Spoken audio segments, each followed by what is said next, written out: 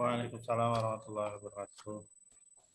Fadli, ini saya jadiin co-host ya, supaya ntar kalau temennya masuk, tolong diadmitin. Baik, Bu. 2 orang deh, satu lagi siapa nih yang jadi co-host? Takutnya nanti pada saat di breakout room, banyak yang kelempar masuk lagi gitu, kadang saya nggak ngecek. Siapa yang bisa jadi co-host kira-kira satu lagi? Yang jaringannya stabil? Mei Devi ya?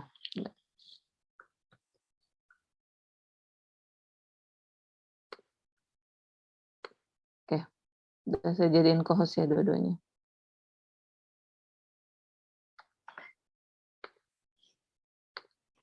Oke, tolong on cam dulu ya semua ya, saya mau lihat.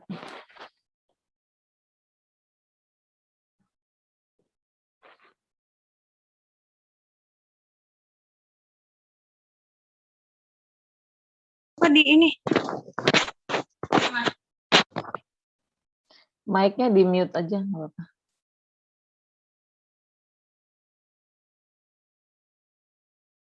Lutfi, kenapa nggak bisa on cam?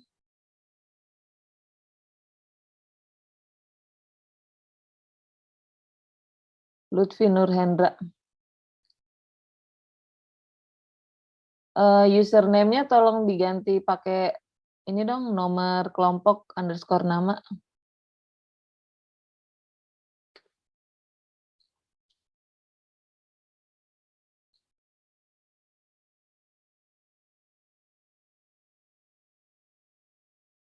Dan sinyalnya nggak bisa.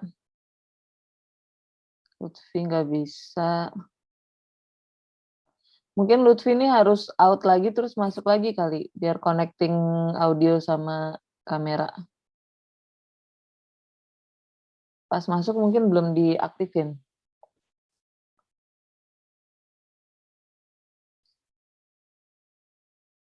Oh, ada yang di disable.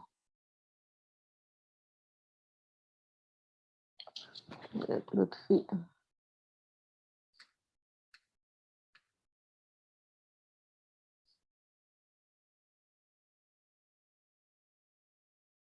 Akram kenapa Akram?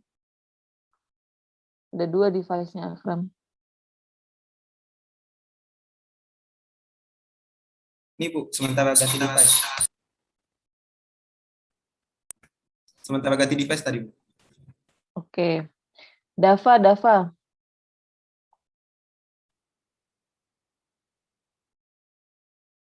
Hadir, Bu. Oke, Afrilia Hadir, Bu. bisa on cam kah? Di sini lagi hujan, Bu. Jadi takutnya nggak kuat. Oke. Duta Ramadan.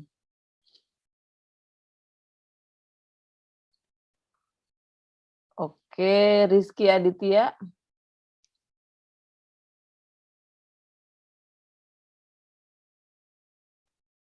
Rizky Aditya kenapa?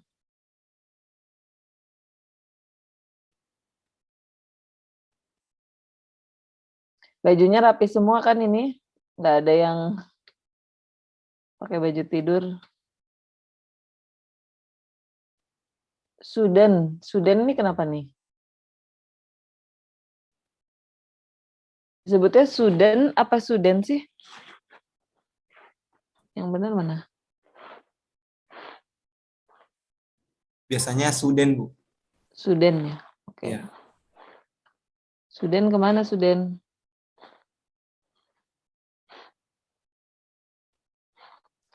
Oke.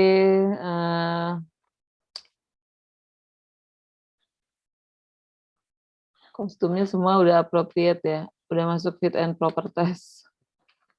Nanti di tengah-tengah saya minta on cam lagi ya. Sekarang bisa di off cam, nggak apa-apa. Buat yang nggak kuat sinyalnya. Tapi kalau yang kuat boleh on cam dong. Oke, ada yang tahu kira-kira materinya hari ini apa?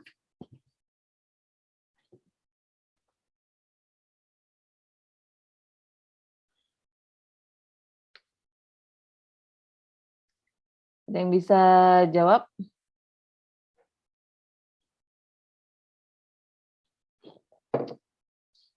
Kira-kira materinya apa? Coba ditanya deh. Lydia. Lydia Yobelita. Ya, Bu. Materinya apa hari ini nih? Tahu nggak? Enggak, Bu. Silabusnya nih apa namanya, kalau sebelum praktikum atau kuliah, kalau belum bisa baca materinya, minimal tahu lah kira-kira apa yang pengen dibahas. Lihat di silabus pada pertemuan pertama ya. Nah, ini di silabus itu waktu pengenalan kita harusnya minggu kelima tuh ada, minggu ketiga sampai keenam tuh beberapa metode ya. Contohnya salah satunya metode model bisnis Canvas namanya. Nah, cuman karena ada perubahan yang di-request oleh Bu Yani, koordinator, kita ganti untuk minggu kelima ini akan ngebahas tentang rantai pasok. Ada yang tahu rantai pasok? Kalau bahasa Inggrisnya sih supply chain. Ada yang tahu nggak kira-kira apa? Lebih ke kayak alur distribusi gitu ya, Bu? Iya, benar. Alur distribusi apa tapi? Kalau dikaitin sama ini sih kayak lebih ke produk perikanan gitu.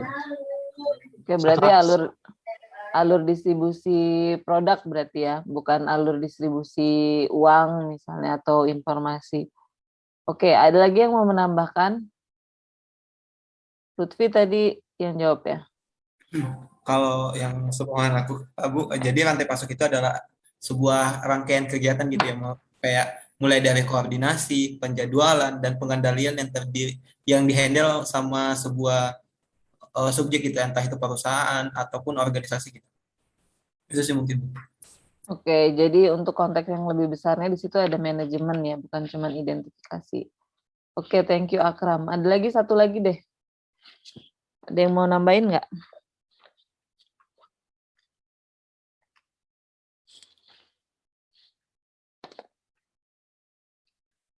Nurul Hikmah. Nurul, Ya, Bu. kira-kira Rantai pasok itu mungkin lebih ke pengadaan barang gitu. pengadaan barang. Barang apa tuh? Produk yang disediakan gitu. Disediakan oleh siapa? Produsen. Oke, oleh suatu usaha berarti ya. Ya. Oke, saya mulai share screen aja ya kalau gitu.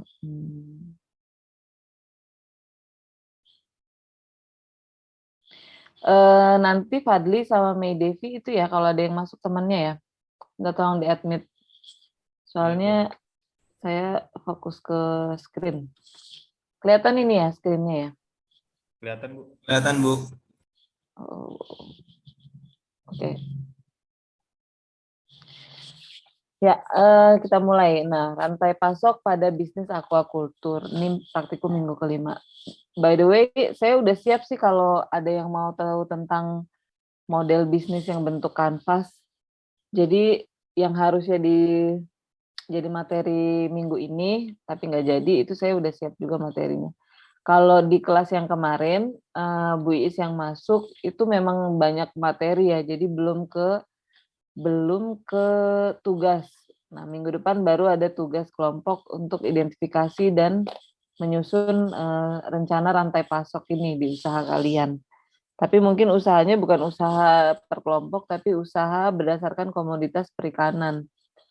Nah, saya mau nawarin, kira-kira hari ini mau fokus aja ke rantai pasok atau mau sekalian yang model bisnis kanvas diberikan?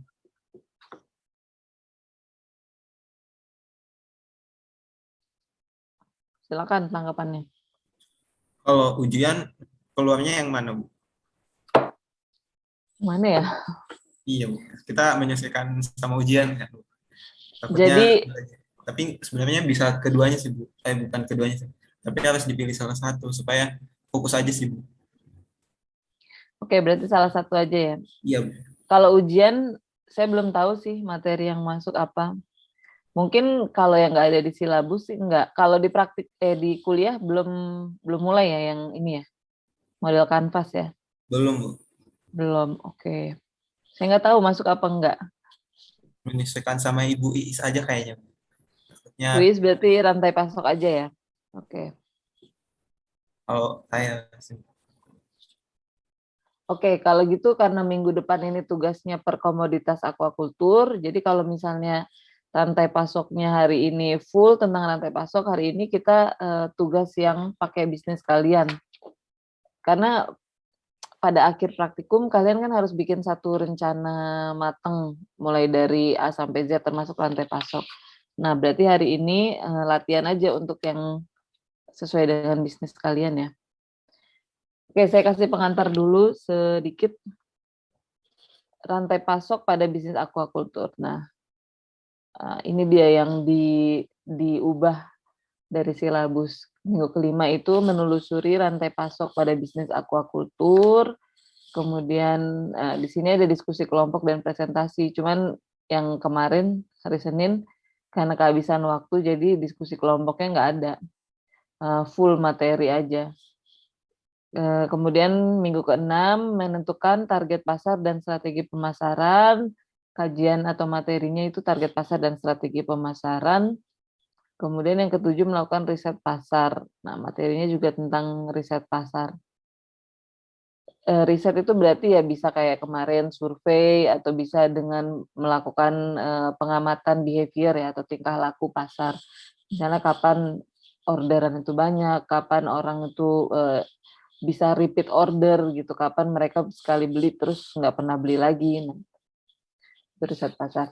Nah, tadi udah dijelaskan sedikit sama teman-temannya rantai pasok ya. Pada intinya rantai pasok atau rantai supply adalah sebuah sistem rangkaian kegiatan yang meliputi ada koordinasi, ada penjadwalan, dan pengendalian yang terdiri atas organisasi ya. Jadi struktur organisasi dalam perusahaan mulai dari misalnya dari bagian logistik misalnya atau di bagian pengolahan atau di bagian packaging. Nah, itu struktur organisasi.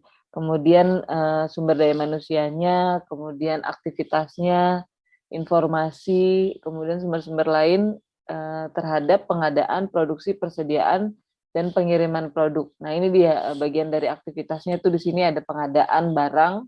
Berarti kalau misalnya kita perusahaan yang memproduksi suatu produk, berarti pengadaan itu adalah dari supplier atau dari misalnya kalau kita pengolahan ikan berarti dari pembudidaya yang nyuplai ikan, itu pengadaan. Kemudian produksi berarti proses mengubah bentuk dan nilai suatu raw materials atau barang mentah menjadi suatu produk. Nah, itu kalau misalnya perusahaan yang bergerak di penghasilan produk, produksinya ada di perusahaan kita. Kemudian persediaan itu berarti stok manajemen atau stok opnam ya. Jadi kita bisa lihat tuh persediaan kita cukup untuk berapa hari ke depan atau misalnya persediaannya itu apakah harus ditambah karena misalnya bulan depan tuh akan melonjak ordernya atau justru harus direm karena misalnya pandemi daya beli turun jadi harus sedikit aja produksinya. Kemudian hingga ke pengiriman produk atau layanan jasa dari satu pemasok ya. Pemasok itu berarti di luar kita bisa kepada pelanggan gitu. Jadi misalnya kita tuh contohnya apa ya? Misalnya kita Unilever. Unilever itu kan produksi kayak Pepsodent, sabun. Tapi mereka tuh nggak akan sampai ke pelanggan gitu. Mereka cukup produksi kemudian sebagai manufaktur ya. Kemudian mereka kirim ke beberapa distributor. Nah, dari situ mereka lepas. Mereka nggak ngurusin orderan kecil-kecil ke pelanggan. Pokoknya mereka masuk ke distributor, nanti distributor yang masukin ke warung-warung atau ke Indomaret, Alfamaret, baru si Indomaret, Alfamaret itu sebagai retail, dia berhubungan langsung dengan pelanggan atau customer.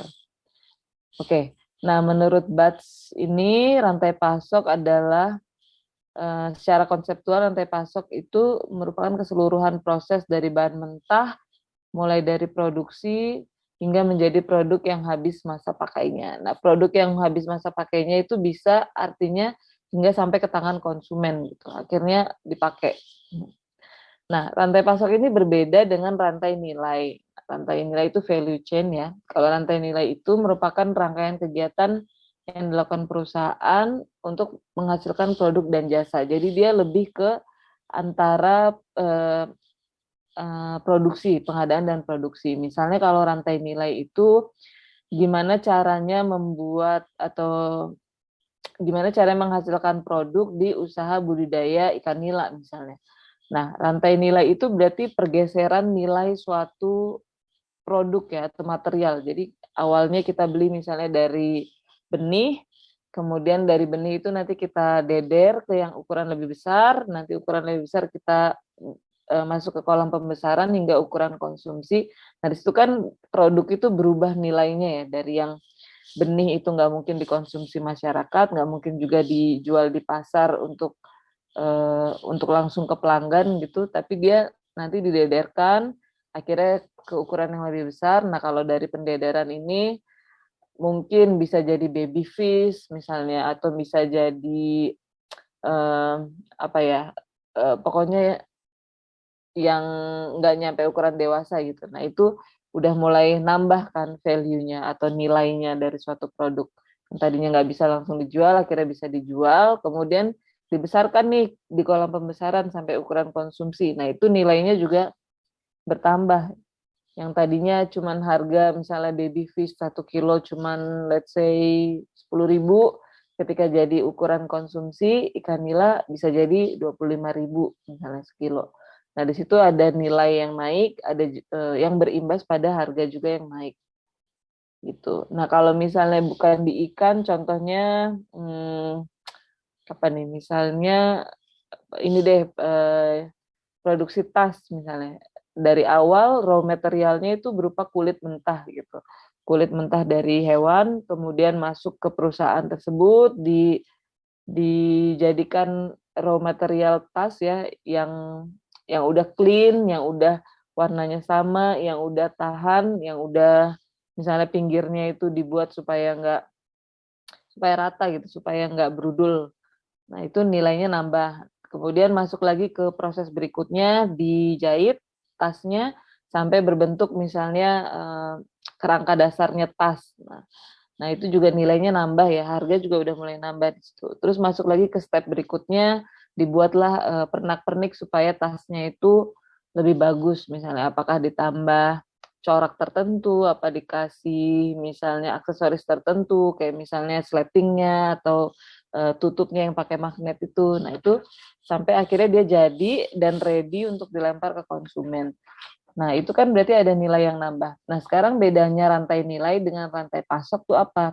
Kalau rantai nilai tadi itu adalah proses gimana caranya dari raw material sampai produk kita jadi. Kalau rantai pasok itu lebih besar daripada itu ya. Jadi gimana caranya stok itu ada dan di-manage gitu. Jadi kalau kalian lihat di atas nih, ini contoh dari rantai pasok. Dari raw materials itu berarti bahan baku ya, bahan baku, kemudian supplier ini berarti orang yang akan supply raw materialsnya itu ke perusahaan kita, kemudian supplier ini let's say di sini ada kurang satu sih, di sini ada proses produksinya, atau di sinilah manufaktur tuh berarti misalnya kita penghasil produk. Nah, manufaktur itu berarti proses produksi yang ada di perusahaan kita. Nah, ketika barangnya udah jadi, kita lempar nih ke bagian distribusi ya. Distribusinya ini bisa anak perusahaan kita atau bisa perusahaan kita sendiri atau bisa pakai udah kita lepas saja ke distributor lain gitu. Nah, dari distribusi masuk ke customer. Customer ini macam-macam sih, ada misalnya kalau kita aruna.id, customer kita itu berarti restoran-restoran kan. Nah, restoran itu nanti dia mengubah bentuk si ikan menjadi siap saji. Nah, yang makan di restoran itu jadi konsumernya. Berarti di sini bisa ada dua opsi, ada customer dari si distribusi atau dari produk kita, kemudian dari customer ini dirubah lagi nilainya pakai rantai nilai sehingga nyampe ke konsumer. Berarti konsumer tuh yang menghabiskan tadi ya, produk yang habis masa pakainya karena sudah dimakan. Nah, ini bisa di skip kalau misalnya dari distribusi langsung ke konsumer, berarti customer ini bisa sama dengan konsumer. Jadi dua ini bisa sama. Dari situ cukup paham ya bedanya rantai nilai dengan rantai pasok. Nah, ini contoh dari mata rantai pasok. Jadi yang pertama tadi ada bahan baku, kemudian bahan baku melalui proses logistik ya, atau supply bahan baku oleh supplier, kemudian supplier masuk ke manufaktur. Kalau misalnya usaha budidaya berarti produksi, nah produksi itu ada di manufaktur, berarti manufaktur itu kan perusahaan yang memproduksi. Kemudian dari manufaktur tadi masuk ke distributor ini yang skalanya besar ya. Kemudian masuk ke retailer. Nah, retailer ini yang eceran berarti. Kalau kalian tahu toko ini bisa banyak definisi. Jadi distributor itu kan yang besar. Jadi dia itu biasanya nggak jual ke konsumen, dia hanya jual supply ke toko-toko. Nah, retailer di sini itu bisa banyak sih. Ada wholesale itu berarti grosir. Ada yang langsung memang retail kecil, eceran gitu. Tapi intinya di sini bisa banyak. Contohnya, kalau kalian tahu supermarket yang namanya Makro. Nah, Makro itu nggak tahu sih kalau sekarang. Tapi kalau dulu itu dia nggak boleh beli kalau cuma satu. Jadi satu produk itu minimal dia beli 6 atau 12 gitu. Jadi misalnya sampo nih. Sampo tuh nggak boleh satu kita beli untuk diri sendiri, nggak bisa. Jadi harus langsung 3 atau 6. Jadi dia bisa pangkas harga.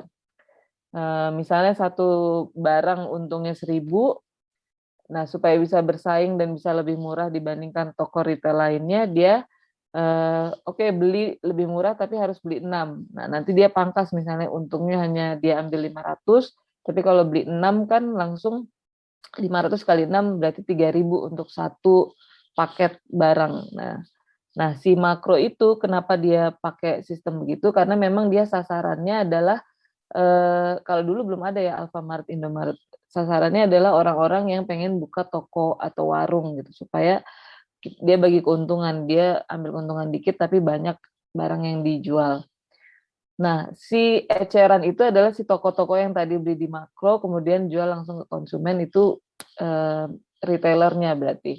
Jadi di sini nanti kalau kalian identifikasi masing-masing pemasok dan produsen ini bisa terdiri dari banyak ya, bisa dipecah lagi kayak tadi retailernya di sini ada toko, ada wholesale itu grosir, toko wholesale grosir, terus mungkin ada lagi kan kalau misalnya di apa ya, daerah-daerah yang nggak tahu rame itu ada toko besar, tapi nanti di tiap komplek atau tiap gang ada toko warung kecil. Nah, si toko besar itu yang tadinya udah retail, dia dibeli oleh warung yang kecil. Nah, warung kecil itu yang langsung ke konsumen. Jadi ada layer-layernya di retailer sini.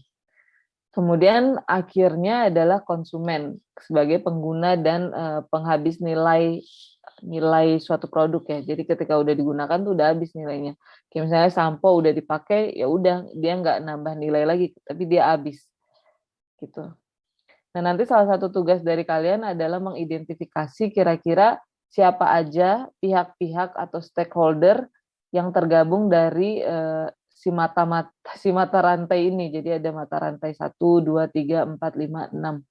Bisa ditambah sih kalau misalnya ada yang punya ide atau misalnya di bisnis kalian itu ada satu yang spesial yang enggak, ini kan mainstreamnya seperti ini ya, itu bisa dimasukkan. Misalnya ketika sekarang zaman pandemi itu orang lewat Gojek ya, nah di sini bisa misalnya masuk Gojek sebagai sarana distribusi eceran atau yang lain deh. Ntar kalian cari sendiri, semakin ada yang unik itu semakin bagus, karena berarti berkembang ilmunya ya. Dari dulu kan ini terus yang dipakai gitu. Kalau ada yang bisa nemuin yang baru dan memang berhubungan sama tren pasar saat ini, itu saya senang banget gitu. Berarti ada added value, ada penambahan nilai di praktikum kali ini. Oke, nah sekarang ini adalah Fishlog Solution ya. Kalau ini Fishery Supply Chain Solution. Bedanya apa sama aquaculture? Kalau fisheries ini berarti biasanya tangkapan dari alam. Kira-kira ada yang mau jelasin nggak ini? Coba-coba aja deh. Ngelihat dari flow ini kira-kira ada yang mau menjelaskan? Bu, boleh Bu? Boleh, boleh. Ya, Sudet Bahaudi dari kelompok 5 Bu. Izin menjelaskan terkait Fishlog ini Bu. Nah, ini dia alurnya ya, atau ya alurnya gitu terkait dari awal hulu hilirnya. Nah, jadi dia yang pertama itu ada source, ada sumbernya. Nah, jadi dia dari pembudidaya kayak gitu. Dari farmers, dari fish farmers dan fisherman kayak gitu. Nah, lalu setelah itu dia membeli dan juga mensortir tuh kayak gitu terkait materialnya. Nah, lalu habis daripada source-nya ini dia ke production cold storage. Jadi dia ditaruh ke gudang dulu kayak gitu. Dikegudangin, terus juga diproses kayak gitu terkait di manufaktur. Nah, habis itu ada pengantaran menggunakan logistik untuk ke distributor kayak gitu. Dari tempat produksi ke distributor itu ada menggunakan logistik, pakai truk kayak gitu. Nah, terus di distribusi juga dia ada apa namanya? Ada gudangnya tersendiri juga kayak gitu untuk menyimpan kayak gitu. Untuk menyimpan produknya. Nah, habis itu baru didistribusiin dari distributor, didistribusiin lagi ke market kayak gitu, ke customer kayak gitu. Mungkin gitu sih Bu. Jadi alurnya dari source-nya sampai ke marketnya seperti ini alurnya kayak gitu. Flow Oke, chart-nya. Ya kayak gitu Bu. oke. Ya, thank you. Berarti udah kebayang ya. Sudan tadi ya? Ya Bu. Oke, good. Ya, overall begitu memang. Tapi ini kita ngomongin tentang ikan ya. Nah, sekarang pertanyaan saya yang kedua gini. Tadi penjelasannya udah benar. Ada nggak yang ngebedain atau membuat rantai pasok kita ini berbeda dengan komoditas lainnya gitu atau barang lainnya? Misalnya barang apalah, buku misalnya, atau makanan. Izin menjawab Bu. Silakan. Kalau yang saya lihat nih dari sini tuh metodenya sih, metode distribusinya. Di sini kita dari Fistok sendiri tuh mengutamakan pakai cold storage gitu Bu. Karena kan yang didistribusikan itu kan nantinya harus berbentuk barang yang masih segar Bu. Sedangkan kalau misalkan pakai kayak buku atau apa itu kan barang yang nggak bakal, ibaratnya nggak bakal busuk gitu lah. Beda sama kita distribusikan komoditas-komoditas kayak bahan-bahan pangan gitu Bu. Oke, good. Berarti di sini yang spesial adalah cold-nya ini ya. Semuanya harus dalam keadaan dingin atau beku gitu. Karena umurnya nggak akan lama tuh kalau ikan nggak di dalam keadaan beku. Berarti ini semua cold storage, ini disimpan, logistik juga dia harus cold, ini ininya vehicle-nya, jadi kendaraannya harus dingin, distribusinya juga harus dingin, jadi harus freezer semua. Nah, marketnya ini juga harus dingin. Kalau misalnya di Belanda itu di sini ada tiap Sabtu ada pasar kaget lah. Jadi orang itu baru bisa ketemu ikan segar itu ketika hari Sabtu aja. Ketika Senin sampai atau dari Minggu sampai Jumat itu nggak bisa dia. Paling bisa nemuin ikan segar itu nggak bisa sih. Dia paling bisa nemuin yang frozen di supermarket karena nggak ada pasar yang jual ikan segar. Nah, makanya ketika hari Sabtu orang tuh biasanya datang ke pasar kaget, kemudian beli ikan segar. Cuman ikannya itu memang semua on ice ya. Jadi semua dia kayak food truck gitu. Jadi dalam satu mobil gitu dibuka, terus es semua baru ikannya dijajarin. Nah gitu. Jadi si rantai pasok ini karena kita lihat komoditasnya itu spesial, misalnya ketika ini harus frozen, berarti akan menentukan apanya nih. Ketika kita tahu nih, oke, ini semua harus frozen dan masa hidupnya nggak lama. Kira-kira strateginya atau ngaruhnya ke apa sih ke kebijakan yang diambil? Ada yang mau nambahin? Ada yang mau menanggapi?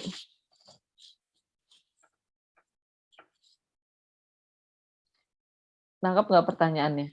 Kebijakan seperti apa Bu maksudnya Bu? Kebijakan itu berarti policy ya, keputusan atau strategi. Jadi misalnya kita tahu nih, kita jualan ikan. Nah, ikan itu harus cold terus, harus minus suhunya. Kemudian umurnya nggak lama. Nah, kira-kira berdasarkan dua sifat itu,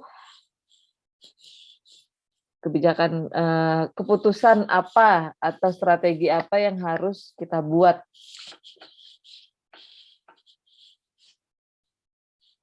Kalau ngelihat dari sini ya. Berarti mungkin dari ini Bu, dari kendaraan logistiknya Bu, dia harus bisa mengantarkan barang itu dengan apa ya, tanpa mengurangi kualitas daripada produknya itu Bu. Kayak misalkan dia nganterin pakai motor, nah berarti dia harus ada boxnya gitu, box untuk yang anti cair gitu Bu. Atau bukan kalau Oke. mobil juga kayak gitu sih mungkin Bu. Oke, satu berarti hal ini akan menentukan pengambilan keputusan atau kebijakan tentang pemilihan kendaraan dan sistemnya, misalnya kayak gitu kan. Ada yang lain nggak? Banyak kok ini, bisa bebas. Kalian misalnya, ya Izin jawab Bu. Kalau menurut boleh, saya Fadli. salah satu kebijakannya itu kan karena tadi untuk mengurangi ini ya, mengurangi panjangnya jalur distribusi itu buat supplier itu dibagi ke beberapa titik lokasi gitu Bu, nggak cuma terpusat ke satu tempat aja. Jadi misalkan buat nanti didistribusikan ke supplier yang ada di Jakarta, kita ngambil daerah sekitar Jakarta, misalnya di Bogor, nanti untuk di sekitar daerah-daerah Bandung kita cariin lebih dekat lagi gitu Bu, untuk mempersingkat waktu distribusinya sehingga waktu ikan datang itu lebih segar gitu dibanding kalau misalkan kita terpusat di satu supplier Bu. Oke, berarti supplier tuh berarti yang masuk ke kita ya? Iya Bu. Oke, ya berarti penentuan supplier misalnya. Oke, benar. Ada yang lain? Coba ayo yang diem-diem ini yang belum ngomong siapa nih? Enggak asik kali ditunjuk. Mendingan partisipasi sendiri aja nih, inisiatif. Silakan. Banyak kok ini, banyak yang bisa ditentuin dengan ngelihat kayak gini, dengan kita tahu bahwa harus frozen, harus cepat. Berarti satu tadi pemilihan kendaraan dan sistemnya, kemudian yang kedua penentuan supplier berdasarkan jarak ya, karena shelf life-nya atau masa segarnya itu singkat. Ada lagi nggak kira-kira?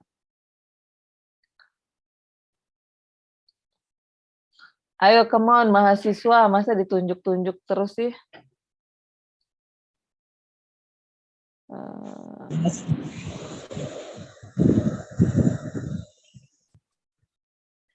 Ada yang mau? Tes Bu. Silakan. Mungkin kalau dari saya waktu distribusi Bu. Penentuan waktu distribusinya. Gimana Kayak tuh maksudnya? Misalkan kan kalau misalkan kita mau malam atau dini hari gitu ya, ketika jam 12 malam itu kan suhunya bisa dibilang suhu terendah lah dalam satu hari itu ya. Kalau misalkan siang itu kan bisa dibilang suhu tertinggi. Nah, karena kita membutuhkan suhu yang rendah, maka kita menentukan waktu untuk distribusi itu di malam hari.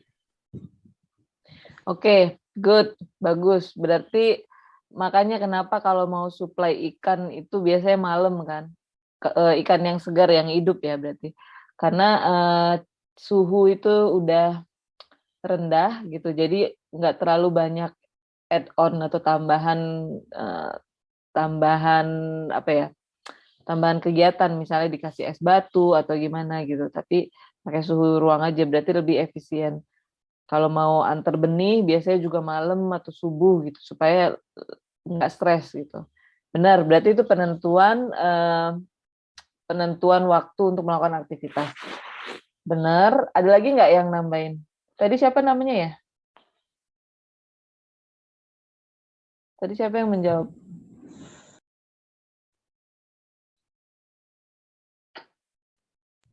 Rizky Aditya. Rizky Aditya. Oke, Rizky, thank you. Ada lagi nggak? Ayo, saya maunya sih ini lebih kayak diskusi sih. Kalau misalnya dari satu doang, dari pemateri doang, kayak kuliah dong berarti, bukan praktikum. Ini yang cewek belum ada nih yang jawab nih.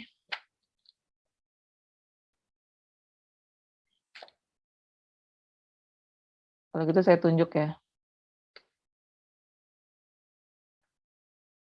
Namanya kok nggak keluar ya?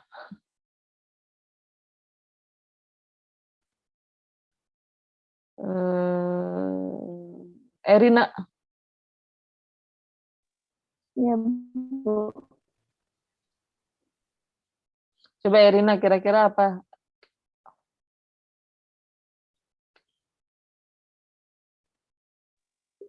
Mungkin itu Bu, cari komoditasnya yang Yang apa? tahan lama gitu Bu. Ikan yang tahan lama maksudnya gimana? Apakah ada ikan yang lebih tahan lama dibanding ikan lainnya?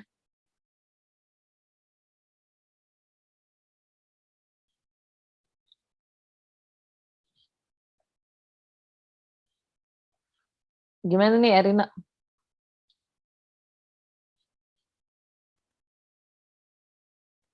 Nggak ada yang salah sih jawabannya. Saya cuman ini aja membantu supaya jawabannya lebih lengkap. Pemilihan ikan itu benar. Pokoknya nggak ada yang salah di sini. Kalian bebas sebagai yang punya usaha itu bebas tentuin apapun. Jadi nggak usah takut salah. Yang lain deh kalau gitu. Sariatul Malik. Iya, Ibu. Ada tanggapan nggak kira-kira? Oh, tanggapan dari jawaban Erina? Atau gimana, Bu? Ya dari jawaban kamu sendiri nggak apa-apa deh.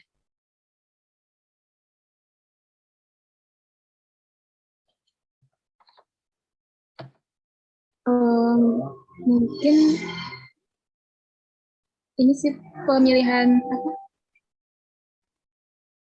Kayak penanganan di awalnya gitu loh, Bu, pas di source di sumbernya itu, jadi supaya apa penanganannya baik, jadi nanti dia bisa lebih tahan lama gitu. Gimana pemilihan apa? Yang penanganan di awalnya, Bu. Penanganan Contohnya apa tuh? di source-nya gitu, Bu. Contohnya. Oh, misalnya kayak ikan yang baru dipanen, terus ya di apa ya, ada standar lah gitu Bu untuk pemanenannya, supaya ikannya nggak stres dan nggak rusak gitu pas pemanenan gara-gara alat atau apa gitu. Oke, berarti untuk mencegah misalnya ada lecet-lecet atau stres, histaminnya jadi tinggi, penanganan pada saat belum masuk ke kita berarti diiniin ya, diperhatikan berarti ya. Oke, benar juga kok, bagus. Jadi banyak sekali ya kebijakan atau keputusan atau strategi yang bisa diambil dengan kita lihat dulu nih rantai pasoknya kayak gimana, kemudian baru menentukan keputusan-keputusan atau strategi. Kalau di ikan, ini kan fisheries berarti tangkap ya. Kita tahu bahwa semua harus cold storage. Nah, cold storage itu kan berarti mahal. Berarti gimana nih, satu investasinya mahal untuk bikin gudang yang es ya, gudang yang frozen gitu, yang minus suhunya. Yang kedua, semakin lama disimpan barang itu berarti kan semakin biaya operasionalnya tinggi. Kenapa? Karena dia butuh listrik supaya tetap frozen. Kemudian yang kedua, kalau terlalu lama stok di dalam gudang, berarti kita harus butuh gudang yang lebih luas untuk menampung stok yang lebih banyak. Nah, itu. Artinya apa? Artinya karena masa hidupnya itu singkat, kemudian juga kalau semakin lama disimpan, satu, menurun kualitas, yang kedua, biaya operasionalnya semakin bengkak, maka gimana caranya ikan atau produk kita itu harus segera lepas gitu, harus segera terjual. Jadi gimana caranya 3 atau minimal kalau kita 1 lah ini ya produksi ini, gimana caranya ketiga ini nih cepat gitu. 1 berarti stok harus sesuai dengan jumlah market gitu. Artinya demand-nya misalnya 100 produk per hari, ya udah jangan stok 200 produk per hari karena kita harus nyimpen yang sisa 100 berarti. Jadi sesuaikan aja dengan market supaya nggak terlalu lama loading-nya gitu di gudang. Yang kedua, karena shelf life-nya singkat ya, jadi waktu dari sini sampai ke tangan konsumen itu nggak boleh terlalu lama. Kenapa? Karena nanti kalau sekali aja turun kualitas, konsumen ngeliat atau pernah merasakan gitu ya, beli produk yang udah jelek, udah hampir busuk, walaupun masih frozen misalnya, dia nggak akan beli lagi gitu. Justru konsumen tuh akan trauma beli yang frozen, mendingan beli yang segar gitu. Jadi gimana caranya dari sini sampai ke sini tuh sesingkat mungkin. Apakah bisa misalnya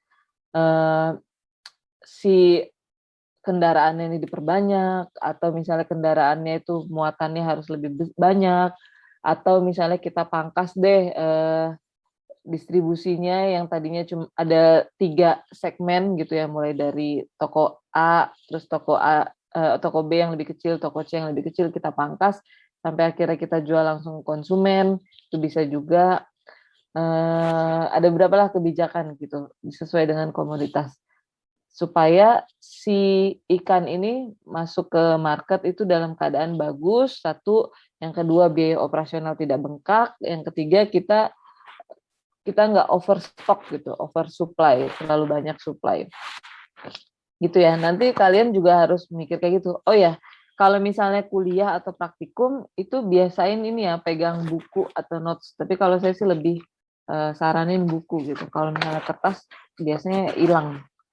Jadi apapun yang kira-kira menurut kalian baru dengar atau misalnya kira-kira wah ntar gue pakai nih kalau misalnya tugas kelompok atau ujian atau nanti di masa depan lah, itu dicatat, catat aja satu kalimat misalnya. Oke, contoh kebijakannya begini gini gini, contoh tadi retailer tuh ada begini gini gini, itu dicatat aja. Jadi iseng-iseng aja, nggak usah semua dicatat, tapi yang kira-kira ring the bell, yang kira-kira menurut kalian tuh menarik dicatat. Karena nanti ketika misalnya udah lulus misalnya terus mau buka bisnis, nggak harus dari awal lagi nggak harus dari awal lagi searching baru lagi gitu, tapi lihat aja catatan. Soalnya ini kayaknya baru applied-nya nanti ketika udah lulus kalian punya bisnis, misalnya 5 tahun setelah lulus baru deh bersentuhan langsung dengan yang seperti ini. Oke, gitu ya tadi. Kita lanjut nih. Ini adalah contoh rantai pasok ikan mujair di Kecamatan Eris, Minahasa nih, dari jurnal nih. Dari pembudaya ikan masuk ke PB itu pedagang besar, masuk lagi ke pedagang eceran, masuk ke konsumen. Kemudian salurannya ini berarti channel ya. Kalau saluran itu berarti kalau di bisnis tuh istilahnya channel. Jadi gimana caranya si produk itu bisa nyampe ke tangan konsumen. Nah, saluran satu ini harus baca jurnalnya sih. Tapi at least kalian tahulah contoh-contoh dari rantai pasok ini yang mungkin yang simple, cuman dari pembudidaya masuk ke pedagang besar, pedagang eceran, masyarakat. Cuman saya maunya nanti ketika kita tugas kelompok itu didetailkan ya, misalnya pedagang besar tuh pedagang yang gimana, yang di mana, atau misalnya skalanya berapa, apakah yang di pasar, apakah yang di lelangan ikan. Gitu ya. Nah ini contoh juga aliran produk, aliran keuangan, aliran informasi. Dari pembudidaya ikan masuk ke pedagang besar, pedagang eceran, konsumen akhir. Kalau di sini dia bedain nih ininya alirannya. Jadi kalau aliran produk itu berarti yang panah ke kanan, itu produknya itu yang punya awalnya adalah pembudidaya, masuk ke pedagang besar, pedagang eceran, masuk ke konsumen. Sedangkan aliran keuangan ini saya nggak tahu ini on purpose atau secara sengaja dibedain panahnya atau enggak gitu, atau cuma untuk ngebedain antara panah satu dan panah lainnya aja. Jadi kalau misalnya aliran keuangan itu dia buat dari konsumen. Kenapa? Karena konsumen yang terakhir ngasih uang gitu. Jadi uangnya itu dari konsumen, kemudian masuk ke pedagang eceran, dia dapat margin, diambil marginnya, tapi modal belinya ke pedagang besar dia masukkan ke pedagang besar, kemudian pedagang besar masukkan uangnya ke pembudidaya ikan. Kalau aliran informasi ini berarti bisa dua arah. Oke, ini contoh lagi rantai pasok dari fisheries ya, dari penangkapan. Jadi nelayan penangkap bibit, bentar. Ini ada 3 berarti kelasnya, ada nelayan penangkap. Ini yang membedakan adalah jarak tangkapnya ya, seberapa jauh si nelayan itu pergi melaut gitu. Di sini dia 1-20 km dari garis pantai, yang ini 5-50 meter dari garis pantai. KJA berarti 5-25 meter dari garis pantai, cuman kedalamannya ini agak ini. Yang ini lebih pendek tapi kedalamannya tinggi banget gitu. Ini harus baca jurnalnya sih, tapi at least ini adalah salah satu contoh dari rantai pasok yang ada di jurnal. Kemudian masuk ke penampung, habis masuk ke penampung dia masuk ke eksportir gitu. Jadi konsumennya adalah pembeli dari luar atau customernya adalah pembeli dari luar. Ini contoh juga rantai pasok ikan tuna ya. Ini ada di jurnal juga. Dari nelayan masuk ke perusahaan. Nah, dari perusahaan ini dia klasifikasikan customernya gitu. Jadi misalnya dia dapat tahun ini tuh sedikit gitu si ikan tunanya. Maka dia cuma bisa jual ke industri pengolah 1 dan industri pengolah 2. Tapi ketika misalnya tahun berikutnya dia banyak nih, wah dia oversupply, berarti dia harus cari market baru. Dia mulai main impor, akhirnya dibuatlah impor 1, impor 2 gitu. Nah, dari masing-masing distributor ini, atau kalau industri berarti dia manufaktur lagi ya, jadi ada manufaktur 1, ada 2 gitu. Dia masuk ke retailer dia masuk ke konsumen di akhirnya. Tapi kalau kita lihat sih dari rantai pasok yang ini, sebenarnya si PT Mina Maluku Sejahtera ini bukan manufaktur ya, jatuhnya dia kayak malah supplier gitu. Karena dia tidak merubah bentuk. Yang merubah bentuk nanti itu di industri. Oke, nah ini contoh juga rantai pasok ya. Jadi dari petani ikan misalnya masuk ke pengumpul, dari pengumpul dia bisa masuk ke pedagang olahan, dia bisa masuk ke pedagang besar, baru akhirnya ke konsumen, atau bisa dia potong kompas di sini dari pedagang pengumpul langsung ke konsumen. Nah, arusnya itu ada arus produk, ada arus informasi, ada juga arus keuangan. Cuman di sini arus keuangannya itu dibuat dari hulu ke hilir, bukan kayak tadi dari hilir ke hulu. Di sini juga diidentifikasi berapa marginnya. Jadi ini udah advance sih. Kalau kalian udah tahu produknya apa, udah riset pasar harga jualnya berapa, kira kalian nentuin jualnya itu mau di harga berapa dan kemasannya berapa. Maksudnya mendingan jual yang murah tapi eceran, atau sekalian yang satu harga banyak tapi harus wholesale ya, harus grosir. Nah, itu akan diputuskan setelah riset pasar. Nah, ketika kalian udah punya data pasar, akhirnya kalian menentukan kebijakan di perusahaan kalian, baru kalian nentuin nanti harga jual gitu, dan bisa hitung marginnya. Di sini kita lihat marginnya itu di sini Rp152 per kilo. Tapi ketika udah masuk ke pengumpul, dia margin itu berarti keuntungan ya. Keuntungannya 2.000, hampir 2.500 per kilo. Semakin ke sini lagi dia marginnya itu semakin tinggi. Di sini 2.500. Nah, kalau udah olahan ini karena dia menambah nilai ya, dia margin keuntungannya itu bisa sampai 44.000 per kilo. Nah, kita lihat ya. Kalau di hulu itu berarti kecil banget nih marginnya. Kenapa? Karena dia tuh produksinya banyak. Jadi misalnya sekali panen dia tontonan gitu. Ketika harga atau marginnya itu rendah, karena kuantitinya banyak, dia akhirnya dapat income-nya juga banyak. Nah, semakin ke sini nilainya itu kan kalau di sini tidak ada penambahan nilai, di sini juga tidak ada penambahan nilai, mereka hanya sebagai supplier atau sebagai distribusi lah atau retailer. Jadi marginnya itu ya hampir sama nih antara dua ini. Tapi ketika mereka mengolah, artinya menambah nilai suatu produk, jadi beda dari yang lain, yang dijual di tempat lain, maka dia bisa main harga di situ. Jadi dia jualnya bukan per kilo lagi, tapi per ekor. Nah, di sini kayaknya bisa fileting, bisa juga misalnya diubah ke nugget ikan, atau bisa dibuat misalnya jadi restoran. Restoran kan berarti hitungannya ekor ya, satu kali saji berarti 1 ekor. Nah, marginnya itu bisa besar banget, baru sampai ke tangan konsumen. ini sebenarnya intinya sama aja. Jadi input, Ibu, maaf Bu, ya, boleh lihat ini nggak Bu, slide sebelumnya Bu?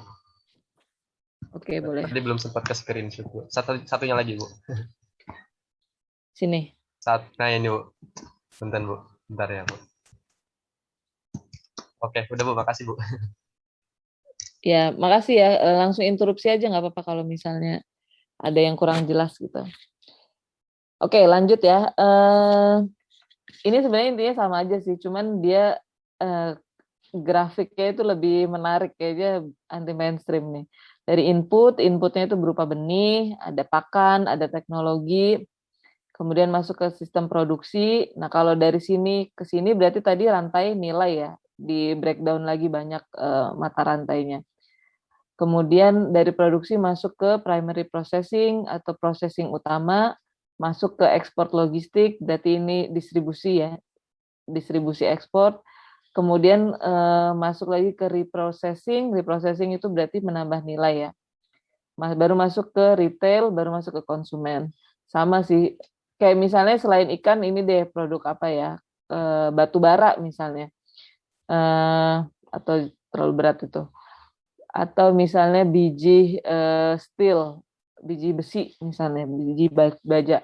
Di Indonesia tuh kita menghasilkan sebenarnya Krakatau Steel di Cilegon itu dia menghasilkan, tapi yang dihasilkan itu adalah bijinya gitu, biji besi, biji baja. Jadi bukan langsung satu produk jadi gitu. Nah, ketika perusahaan lain misalnya Jerman dia butuh, dia akan import raw materialsnya dari kita, tapi nanti di Jerman dia bikin produk yang dipadukan dengan teknologinya mereka, akhirnya value-nya meningkat ya. Kalau itu masuk produksi sih, karena dari raw material gitu.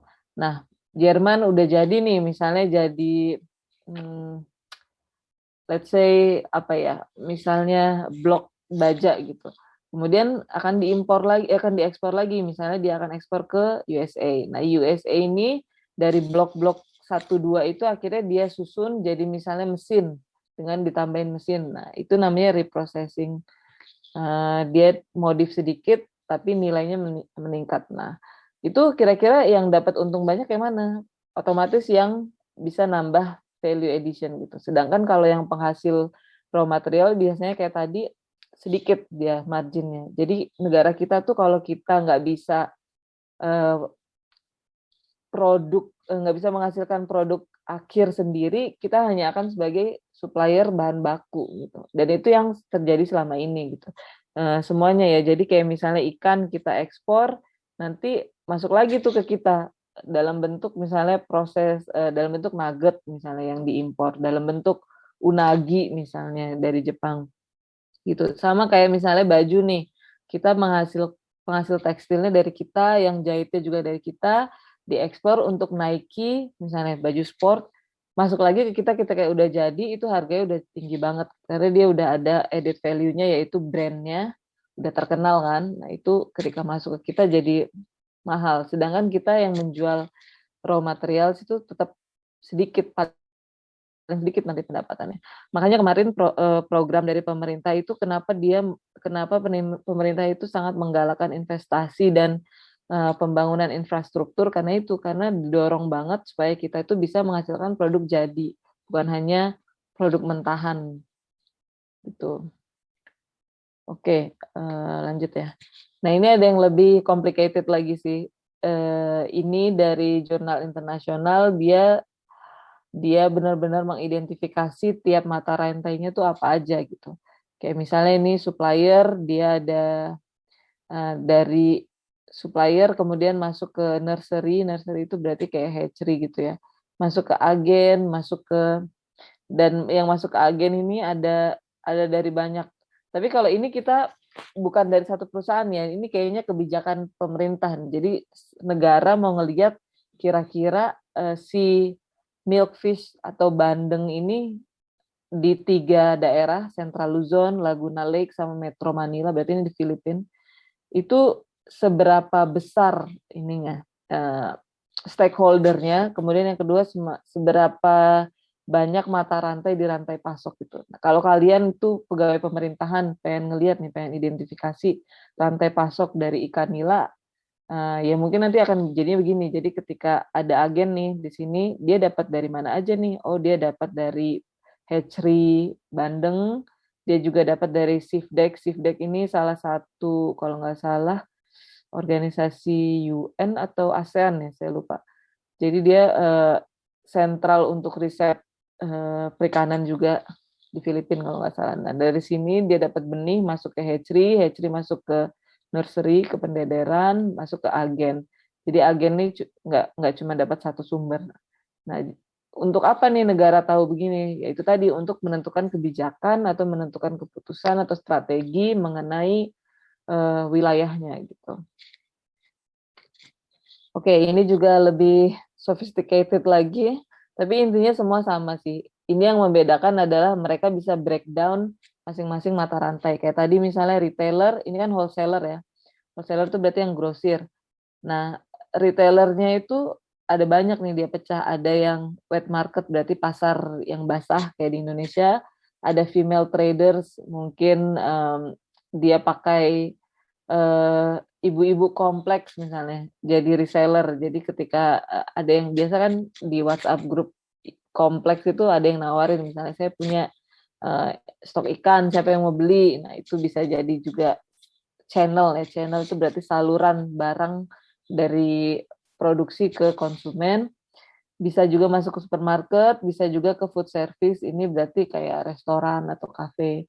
Gitu. Dia lebih pecah. Nah, saya lebih suka ketika kalian itu detail seperti ini. Jadi kalian bisa mikir seberapa jauh gitu harus melangkah gitu. Jadi apa aja channel atau saluran yang bisa kita pakai untuk memaksimalkan penjualan misalnya, atau apa aja nih supplier atau dari mana aja supply itu bisa kita dapat gitu. Apakah bisa misalnya kita impor dari luar ataukah cukup dari lokal aja. Nah, kalau lokal tuh ada perusahaan apa aja di situ. Oke, nah ini tugas praktikum, identifikasi pemasok dan pembeli produk aquaculture kelompok Anda, kemudian buat skema rantai pasok juga. Saya lihat dulu ya waktunya, masih panjang nih. Kalau saya beri waktu 1 jam cukup nggak kira-kira? Jadi yang diminta itu sebenarnya simple. Cuman identifikasi, ini yang mainstreamnya ya, kita lihat seperti ini. Jadi identifikasi aja kira-kira bahan baku tuh dari mana aja, supplier tuh dari mana aja, manufakturnya dari mana aja, di breakdown, kemudian nanti dibuat si mata di rantai pasoknya gitu. Jadi bisa bentuk seperti ini, simple linear gitu ya, bisa seperti ini contohnya, atau bisa yang seperti ini juga boleh. Yang ini juga ini juga boleh sih. Kalau ini saya sih senangnya karena lebih scientific menurut saya. Karena di sini dia udah jelas nih, input di sini, produksi di sini, berarti ke bawah ini adalah proses produksi. Processing di sini, trading tuh di sini, retail di sini, consumption di sini. Gitu. Saya bagi breakout room ya. Karena minggu depan itu khusus yang komoditas aquaculture sesuai request dari Bu Iis. Jadi komoditas aquaculture itu berarti per kelompok tuh satu komoditas. Jadi ada misalnya yang dapat ikan patin, ada yang ikan mas, ikan nila. Nah, gitu. Dan itu baru dikerjakan minggu depan. Nah, untuk sekarang silakan coba bikin rantai pasok dan identifikasi mata rantai sesuai dengan bisnis yang kalian punya. Ini berarti jam 2.14 ya? Iya, Bu. 2.14. Oke, saya kasih waktu 1 jam, silakan diskusi di breakout room-nya masing-masing. Nanti kita ketemu jam 3.15. Nanti akan ada presentasi ya, tapi nggak semua kayaknya. Nanti ditunjuk atau yang mau aja. Tapi tetap nanti dikumpulin PowerPoint-nya itu. Digabung dengan yang slide-slide sebelumnya. Ada pertanyaan nggak kira-kira? Ibu mau nanya, Bu. Boleh. Berarti kan outputnya yang tadi kan, Bu, rantai pasoknya itu kan, Bu? Iya, outputnya 1 rantai pasok, terus identifikasi itu boleh jadi 1 slide. Ya, lebih bagus 1 slide sih. Jadi Ini masih share screen nggak? Enggak ya? Enggak, Bu. Jadi yang tadi misalnya bahan baku itu diidentifikasi stakeholdernya siapa aja. Misalnya ketika kalian jualan pecel lele misalnya. Nah, ini misalnya satu suppliernya itu beli di pasar, beli lepas berarti ya. Yang kedua misalnya supplier dari pembudidaya, artinya dia tuh udah continue gitu, tiap hari dia antar sekian gitu. Yang ketiga misalnya beli di supermarket. Kalau misalnya kedua supplier lainnya tuh nggak ada, otomatis harus beli di supermarket, tapi harganya lebih mahal kan. Kemudian yang keempat di mana gitu. Jadi kalian tentuin lah, identifikasi kira-kira di tiap mata rantai itu siapa saja pihak atau stakeholder yang terlibat ya. Oke, siap. Kalau identifikasi berarti ini ya, kalian benar-benar mengidentifikasi semua yang berpotensi gitu. Bukan cuma yang dipilih. Jadi kalau misalnya kalian milih, oke, suppliernya mau dari pembudidaya aja deh karena harganya lebih murah dan lebih kontinu. Itu nanti masuk ke level kebijakan gitu. Tapi ini saya maunya identifikasinya tuh semua.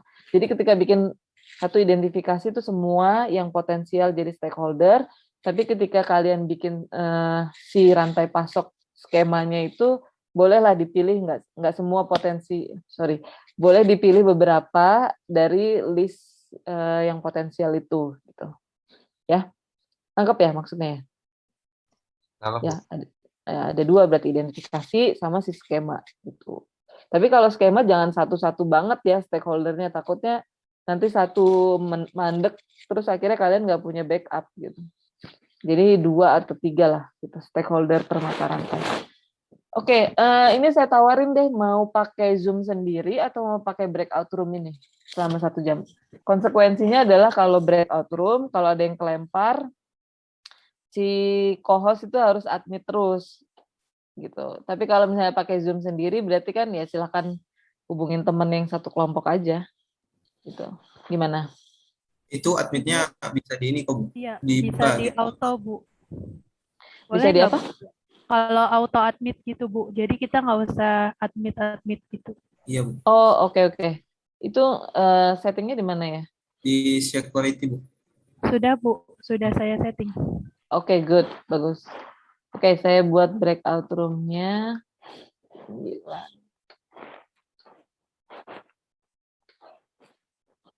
Jangan lupa username-nya ya, pakai nama kelompok, nomor kelompok ya.